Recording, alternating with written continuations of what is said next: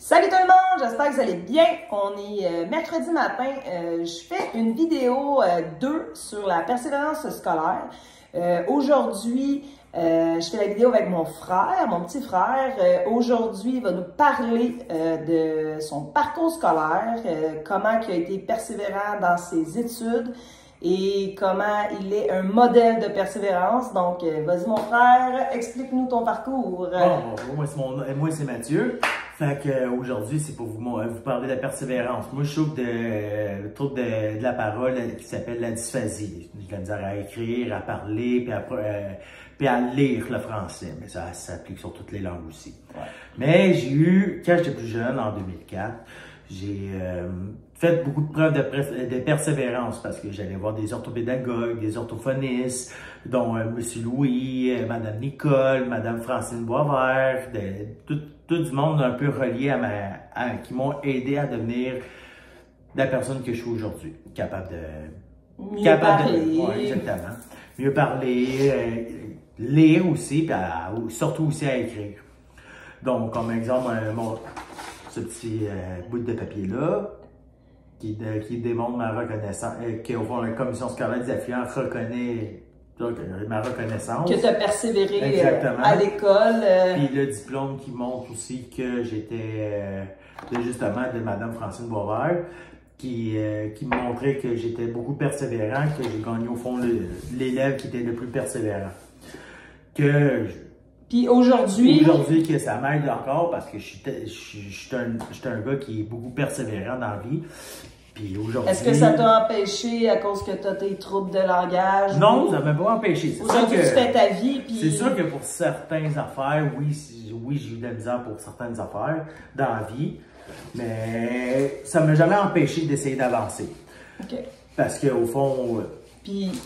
toutes les personnes qui m'ont aidé à avoir ces affaires-là de persévérance, ça m'amène aujourd'hui à ce que je viens vous parler au fond du fait que dans la vie, il faut être persévérant parce que sinon, si tu n'as pas des objectifs à essayer d'atteindre, à avoir, au fond, quand je dis des objectifs, c'est d'avoir des buts, à ce que ça soit facile à aller chercher.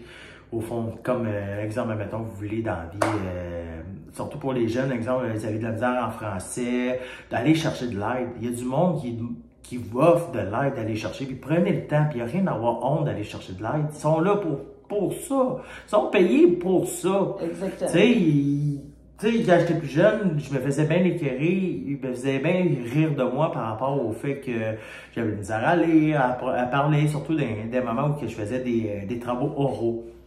Des orales envers les autres élèves, puis des élèves qui riaient. Mais les profs, les orthopédagogues, souvent, ils allaient voir les enfants, puis ils leur expliquaient que j'étais dysphasique, puis que j'avais de la misère à parler, prononcer, puis j'étais né de même, puis mon cerveau, il est fait de même, puis je suis obligé de vivre avec. Exactement. Mais aujourd'hui, ça m'empêche pas d'avoir des objectifs. Tu sais, je suis rendu à 33 ans, puis... T'es papa de deux enfants. J'ai deux merveilleux enfants, j'ai une belle femme. Exactement.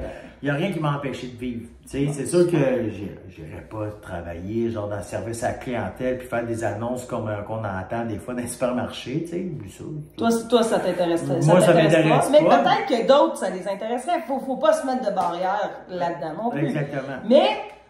c'est ça. Fait que... Cette vidéo-là, c'est plus pour vous parler que dans la vie, il faut être persévérant si on veut avoir de quoi dans la vie. Exactement. Si admettons, vous n'avez pas vraiment d'objectif, c'est à vous poser les bonnes questions, à savoir qu'est-ce qui vous anime, qu'est-ce que vous avez le goût de faire ou qu'est-ce que vous aimez faire. La persévérance, c'est facile à avoir quand on a un objectif facile à aller chercher. Exemple, mettons, quand j'étais plus petit, au fond, qu'est-ce qui m'a fait vraiment en sorte que j'ai eu ces diplômes-là?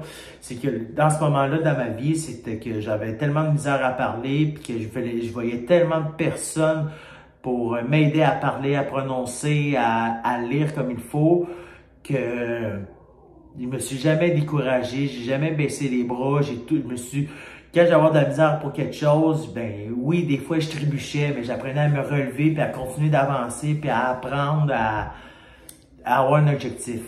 Aujourd'hui, pour l'aspect de la persévérance, le meilleur truc que je peux vous dire, c'est d'avoir un objectif, envisageable à atteindre et que... Petit peu par petit peu, on se rend... Exactement. Un petit train va loin, comme on dit. Exactement. Bon, ben c'est super. Ben merci mon frère d'avoir fait la vidéo avec nous. Ben, ça me fait plaisir. Puis salut à tous les walkers qui écoutent cette vidéo. On en a un autre parmi nous, les walkers. Fait qu'oubliez pas, je vous souhaite une belle journée.